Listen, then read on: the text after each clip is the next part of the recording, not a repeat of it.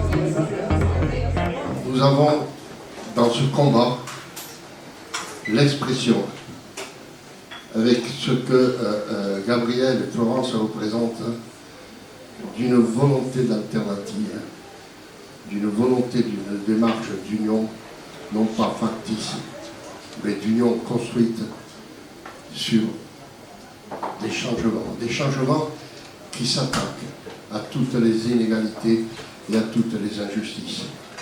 Nous sommes la gauche humaniste, sociale, écologiste.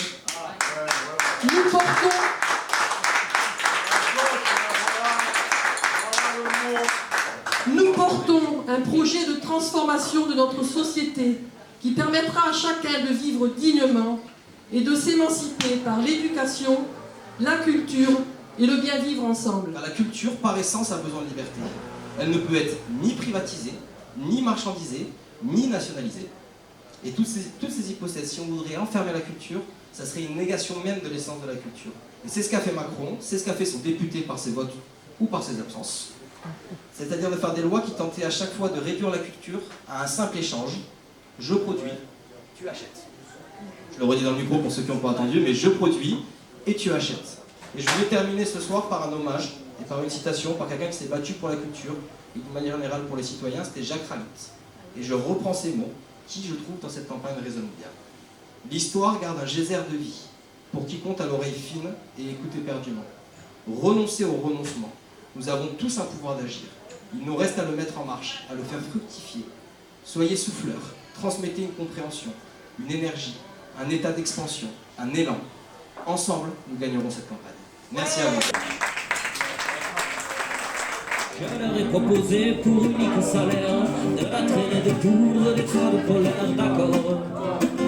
Ils m'ont dit d'accord.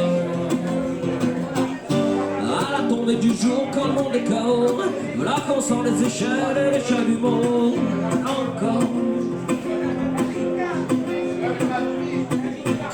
Perchés sous les étoiles, j'y vois que nous sommes.